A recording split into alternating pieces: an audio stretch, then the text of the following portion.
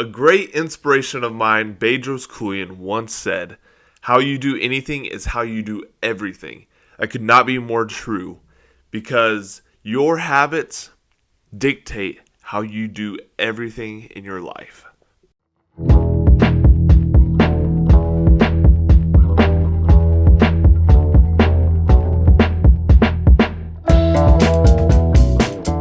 What's up, guys? Welcome back to another episode of the JS Show. It is episode 13. Today we're going to be talking about habits. Before I get started, I really don't have any announcements. I just want to thank you for being here. If you enjoy what I have to say today, go ahead and hit that subscribe button, hit the like button, and make sure you share with friends. The reason I emphasize sharing so much is because it helps me. But the thing is, I want this to get in front of as many eyes as possible. I don't care if anybody really subscribes. I could have 0 subscribers, but as long as my message is getting out there and helping people, I'm totally cool with that. But I would like you to subscribe. Don't get me wrong. But no, I really appreciate those of you that share my content. It really helps me a lot. It helps my confidence. And I feel better knowing that more eyes are getting to know this message. But yeah, I don't really have any announcements besides keeping your eyes peeled for other videos to come. I'm going to start diving more into kind of alternating between financial investing podcast and motivational podcast and self-development. But the thing is, they're really tied together. So you'll kind of see it in today's video that I kind of bridge the gap between the two, because really they come together and they work together. If you've seen the thumbnail and the title of today's video, it's the 5 habits that are keeping you poor. How it goes back to the quote, how you do anything is how you do everything. So how you do stuff in your life is going to affect how much money you make. And if you have poor habits, you're going to have poor financial habits, which is going to mean you have a poor bank account. So I don't want to dive too deep into it yet, because I want to go through how I have it planned out. But that is it for that. So we're going to go ahead and jump into it. Today we're going to be talking about 5 habits that are keeping you poor. We're going to talk about all these 5 habits, break them down, and what you can do to change them. Keep in mind that these 5 habits are not the only habits that you need to break. There's more. These are kind of generalized, but I felt like they were the biggest that stood out to me, and it's definitely all ones that I've had to learn. Also keep in mind, these are still applied to me today. I am teaching you these because these are something I had to realize to break the barrier to get to where I am now. So keep in mind, I'm preaching to myself here as well as you guys. So this is just me talking to myself, but also you.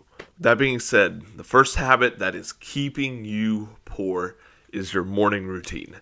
Your morning routine sets the pace for the entire day. It determines basically from the start of the day whether you're going to have a good day or a bad day. Yes, you could have a terrible morning routine and manage to salvage something out of it by the end of the day.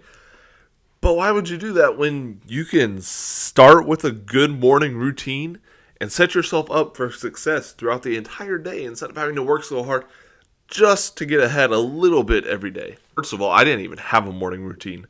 That's mistake number 1, is if you don't have a morning routine, address that first. Or if you feel like you do, really look at your morning routine and decide if it is helping you or not. But so for me, my lack of morning routine, I came up with a little bit of what my routine was, because it was a very bad routine.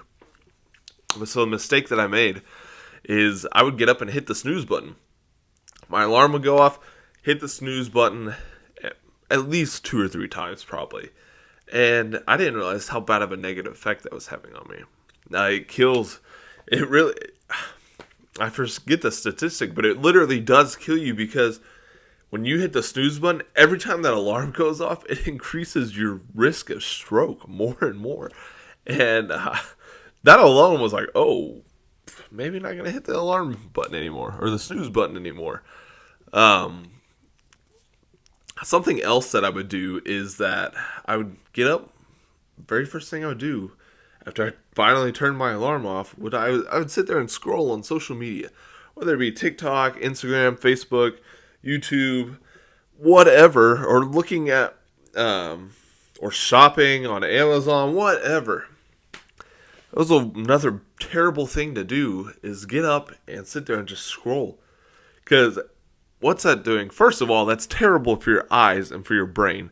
When you have that amount of blue light, that first thing in the morning, it increases your headache frequency, your risk of migraines. And then what it does is you immediately start getting those dopamine hits right off the bat, and yeah, you kind of feel good a little bit about it. You're just sitting there watching mindlessly. Before you know it, you've already wasted an hour of your day, and you've wasted a lot of your dopamine that you should have saved up for later in the day. And so you're already starting off by dragging, and it's just, no. Then you drag through your day, drag through your evening, you make your way to bed, get up and do it again, and it just creates this endless cycle. It goes back to a prior episode where I talked about having daily wins throughout your day, because if you stack W's throughout the day, you will have win days that will stack on top of each other. You have weeks that are W weeks, and those will turn into months to years and so on. So when you set yourself up for success in the morning, you're more likely to have a successful day. I've noticed it myself. I have a checklist of what I want in what routines I wanted to have in my day. And so as I go through my day, I check those off. And I notice on the days that I have, so what it takes for me to have a W day is I have to have over 50% of those checked. Well, on days, I can tell. So on days that I have it completely checked, those days are absolutely crazy. I feel so good after those days. But even on days where I only get 75%, I still feel good because I know I got a lot done. But I don't feel as great as having 100% checked off of there. But on days where I barely get it or I don't hit 50%, I can tell because, man, I'm like, today I did not do much. I did not get much done. I don't feel very successful today. And you can tell the difference. How do you fix this is the question. And the answer is you get a routine. But the thing is, the very first problem that a lot of people run into and that they don't understand is that your morning routine starts the night before. Because if you stay up super late, stay out super late the night before, your morning routine the next morning is already going to be jacked up. So one of the biggest things that I had to do and come to terms with is setting a bedtime. Get in bed by a certain time every night. No questions asked. But then also, on the back end of that, you have to get up at the same time every morning, even on weekends, because that'll do wonders for your circadian rhythm. I could tell when even I'm just about 30 minutes off one way or another. I could tell because I go to bed at 10 p.m. every night, and then I wake up at 5 a.m. every day. 7 hours sleep. That's plenty of sleep. 6 to 8 is normal. So pick and choose. I chose right in the middle. Start your morning routine the night before by setting a bedtime, committing to that bedtime, and then committing to a wake-up time. Same time every day. So once you've got your bedtime and your wake-up time set up, then you got to make a checklist of what you want your morning routine to look like if you want to have any sort of productive morning routine. So make your checklist. Figure out what you can do in the morning before you have to go to work or start working, go to school, whatever it is. Figure that out, what you can do in that morning slot to set yourself up for success throughout the rest of the day. But don't just keep it in your head. You need to write it down, whether you put it in your notes on your phone, whether you type it out, whether you write it on a wall, whatever. Write it on your mirror in your bathroom, whatever. you need to make sure you write this down. How you spend the first hour of your day has a massive impact on how the rest of your day will go. So why not set yourself up for success? The second habit that is keeping you poor is how you take care of your temple. And what I mean by your temple is your body, your mind, your body, your spirit, just everything that has to do with you. And so there's three main questions that you have to ask yourself here. 3 questions. What is your exercise routine? Or do you even have an exercise routine? That's question number 1. The second question is, what kind of food or fuel, I like to call it fuel, what kind of fuel are you putting into your body every day?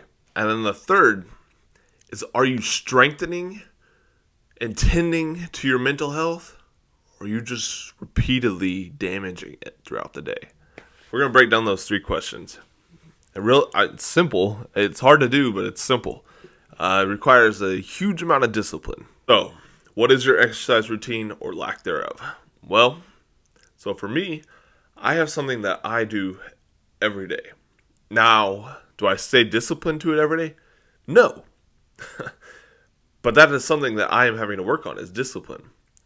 I probably average about 4 to 5 days a week right now. I'm trying to get up to that 7-day mark. I have it planned. I just don't always have the discipline to make myself do it. I will be completely honest. You can set an exercise routine for days. You can plan out down to the rep of what you're going to do.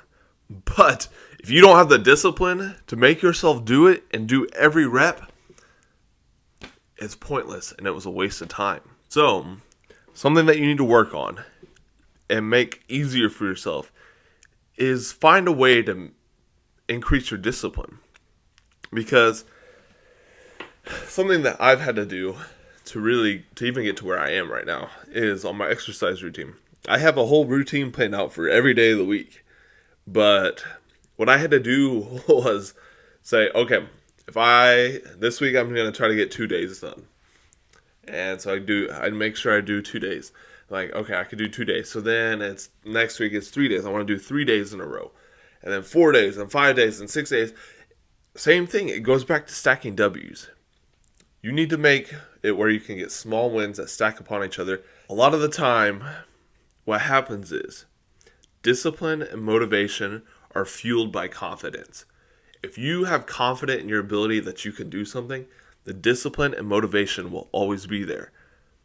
Because what happens is when you don't have the confidence to feel like, there's no way I can work out 7 days a week, and you doubt that because you haven't made yourself do it, it's hard, but the discipline's not there. But you've got to set yourself up for those small wins to make you feel confident.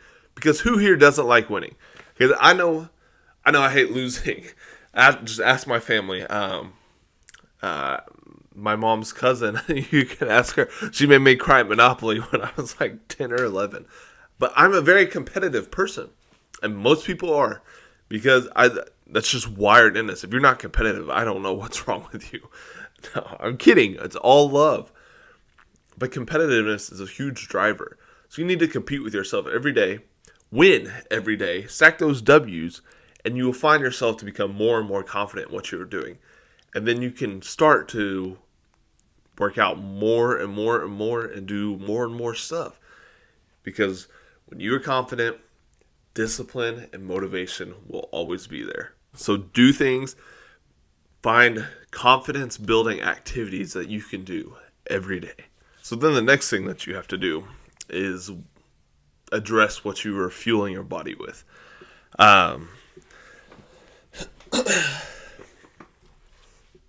Heard a great quote just today, actually. It was about working out. And it was, you can spend an hour a day working out, building your body up. But what you do with the other 23 hours, what you put into your body for the next 23 hours, will completely wipe that out. So if you're not going to commit to the other 23 hours, don't even bother committing to the 1 hour. It was very mind-blowing because that's where I was stuck at for a while. I thought if I was working out, I could put whatever I wanted to my body and be fine. it wasn't until I started to change my diet that I really started to see results. I could tell I was getting stronger, just because you keep that calorie and protein intake up enough. You will build muscle, but I needed to burn fat was the big deal. And so, diet, I don't think there's one diet for everybody. Everybody has their own diet. You just got to do your research. Figure out what your goal is with exercise, and then you cater your diet to it. So for me, I'm trying to lose as much body fat as possible, but still keep muscle and build lean muscle. So what I am doing is my calorie intake stays no more than 2,000 calories a day, which for a person my size, that's very small. That's a huge deficit. But, so I'm doing that. But what I'm doing, that way I don't feel like I'm starving. I'm not starving my muscles. Any of that. I'm keeping my protein intake up. I eat probably at least 150 grams of protein a day. And it helps. But the way that I do it, it keeps my fat low. It keeps my cholesterol low. It keeps my sugars low, my carbs low. Because, here, I'll lay it out for you. So I drink a Premier Protein shake for my breakfast. 30 grams of protein, not very many calories. Second, for my morning snack, about 9:15ish, somewhere around there, I have a plain Greek yogurt. It's the best yogurt for you. It's a plain Greek. You can get flavored, but just make sure it's plain Greek. And then for lunch, I've been meal prepping, and so I do a lean meat, and right now I've been doing salads. So it'll be like grilled chicken strips on a bed of lettuce and maybe some ranch dressing. Do that, have some fruit to get that little bit of sweet in there. That's another thing. If you have really bad sweet cravings, fruit is the way to go. Just make sure you're portioning it. So that's my lunch. And then I have a protein bar, varies, but it's a 20-gram protein bar. About early afternoon, before I get off work and can come work out. And then so I come home, work out. I've got this drink from Truly Nutrition, as on my last video. It's just a vitamin booster to give you a little bit of energy in the afternoon. No caffeine, no stimulants. It just makes you feel really good. Drink that. Nutrition facts are pretty negligible on it. And then after that, I drink another protein shake that is also True Lean. It's only 20 grams of protein. The one in the morning is 30 grams. So I do that, and then dinner is just another lean meat. It's either ground chicken or ground turkey. I make burger patties out of them and then do a lettuce bun. And that's about it. Like I said, for desserts during the week is fruits. And then what I've been doing is I allow myself one meal a week to basically eat whatever I want. And so, but the nice thing is my calories are so low, I can pretty much go and eat whatever I want for that one meal. And it almost fall into that calorie range because my calories are so low throughout the day. And it's nice because you reward yourself. Because I eat a meal that's whatever I want, and then I go and get dessert. But it's because it's a reward, and it still falls almost within my parameters that I want. So when you set up a diet, you just got to make sure that you're not completely starving yourself. Make sure it's catered towards your exercise goal. And then don't forget to reward yourself every so often. And the last thing that's really huge is mental health. Mental health is probably the biggest thing that I can preach. Because your diet and exercise affect your mental health. All three of them work together, which makes sense because your body is just full of systems. And so when you work out, when your diet's right, when you're putting the right fuel in your body, it helps your mental health. But then you also have to do stuff to help your mental health by yourself and consciously do it. Whether it be through meditation, whether it just be taking some time to put on some headphones with calming music, whatever it is. You need to find ways to decompress and de-stress and help your mental health you've got to make it a priority. As humans and as Americans, we live such busy lives that we often forget to take care of our mental health. We might work out, we might watch our diet, but the thing that we forget about is our mind. And it's the biggest thing, because what can happen is if you don't take care of your mental health, it starts to affect your exercise, it affects your diet, and then before long, your body has completely changed into something you never wanted it to be. So make sure you are putting your mental health a number one priority in your life. Then one last thing on mental health is removing yourself from negative people, from negative vibrations, from negative vibes. I never got that quote until I had some research done on it. Vibes is a real thing. And what it's referring to, as humans, any animal puts off vibrations. But if you've ever been around somebody and either felt like, man, that person's so cool, they're putting off cool vibes, or man, something's weird about that person, something's off, they're putting off bad vibes, it's because they really are putting off bad and good vibrations that you can feel.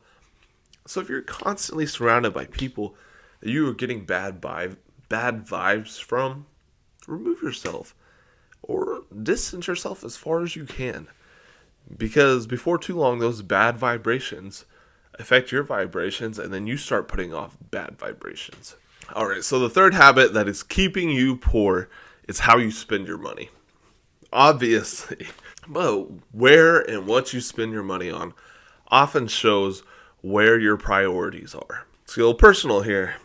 Where are you spending your money? Sir? You in the back. Are you going to the strip club? Are you spending money on OnlyFans? Are you? Because I won't say any more, but where you spend your money and what you spend your money on shows your priorities. If you're spending your money, a good amount of your money, any of your money really, if you're spending money on getting drunk, partying, drugs, gambling, whatever, where you spend your money, what you spend your money on, shows where your priorities are. And something else you got to ask yourself. Are you being generous with what you have? Are you being generous at all? This was one that I really had to look at. Because overall, I didn't make a lot of money. But I always had a little bit extra left over that I would blow on stuff. And there was really no point in blowing my money on it. And so I finally had to come to the realization of, I have been given, this money isn't really mine. Especially if you're a Christian. And tithing and all that. From a Christian sense, God is giving you the money. And, I mean, it makes sense in general. Yes, you work for your money. But what extra you have, you should be generous with it. Yeah, you have fun. Enjoy your life. Enjoy the hard work that you've put in to earn it. But I will tell you this. What you give is what you get. And often, what you give is amplified, good or bad. So if you aren't being generous with your money, you will find that your wallet's a little bit tighter. That pocketbook's tight. But often, if you are generous with your money, you'll find that you're never searching for more. You're never left wanting for more. Then also, are you being too frugal with your money? If you don't know what frugal is, that means, are you being too much of a tightwad? Are you holding on to your money a little too tight? Mom, are you listening? No, Mom, I love you. No, you know. Oh man, it's funny. No, Mom, you taught me a lot of good money habits, and I thank you for that. But sometimes you gotta let loose a little bit. But no, seriously though, are you being too tight with your money? Because I'll be honest, if you're holding on to your money, first of all, you can't take it with you when you die. And second, your money is losing value every day that you hold on to it. So, yeah. So, I mean, really, if you're holding on to your money as tight as you can, not doing anything with it, you're making yourself poor every day. All right, so I'm going to be honest. This next part is going to be very brutal. It's probably going to trigger a lot of people. But this is how you fix it. You have to stop spending money on unnecessary crap. When you do decide to spend money, here are 3 questions you need to ask yourself. What value does this provide me? Will this be a financial assistant or will it be a financial burden? And can I get through life without this purchase? And you need to, what you do have left over, you need to be generous with it. You need to be generous with what you have because often those who give more receive more. It's simple, the law of reciprocity. Stop being a penny pincher, invest your money, and let it make you more money. Saving money is not a safety net. It's actually a hidden trap because inflation will wipe out all of your savings. If you want to feel financially secure, you have to outinvest inflation. And it could be through stocks, real estate, a business, whatever. But you have to find a way to make your money work for you. You have to stop spending it on stupid crap and be generous with it. And you will find that you feel more secure doing that than you did being a penny pincher, blowing your money, and not being generous at all. The 4th habit that is keeping you poor is how you spend your time. So what are you doing with your free time? Are you being productive with your free time? Or do you value your time? Well, I can tell you the answer is probably not as much as you think. Because often what happens is, come home, turn on the TV, we get on social media, we scroll through it. We spend so much of our free time screen sucking that it not only dulls our mind, but it wastes our time away. And there's not a lot of in-depth stuff that I have to tell you on this. You know you need to value your time because your time on earth is limited. But you need to turn off the TV, get off social media, stop screen sucking, learn something new, spend quality time with your family. And on my notes, I have quality in all bold letters. Spend quality time with your family. Or go build that business, whatever. Stop wasting your time. The 5th and final habit that I have for you that is keeping you poor is taking the easy way out. If you are constantly and consistently taking the easy way out, you will never get anywhere in life. Because what life is, what being an entrepreneur is, whatever. It doesn't matter if you're an entrepreneur or not. Success in life is determined by the size of problem that you have to solve. The size of problem you solve has a direct correlation with the amount of money you make. If you solve a small problem or no problem at all, you're going to make little to no money. But if you solve a big problem, you're going to make big money. Simple. Simple concept, hard to execute. My solution to that is you need to make yourself do the hard things in life. Stop waiting for others to solve your problems for you. Because what will happen is when somebody else solves a problem for you, they're the ones making the money and you're often the one who ended up paying them. You need to stop taking handouts.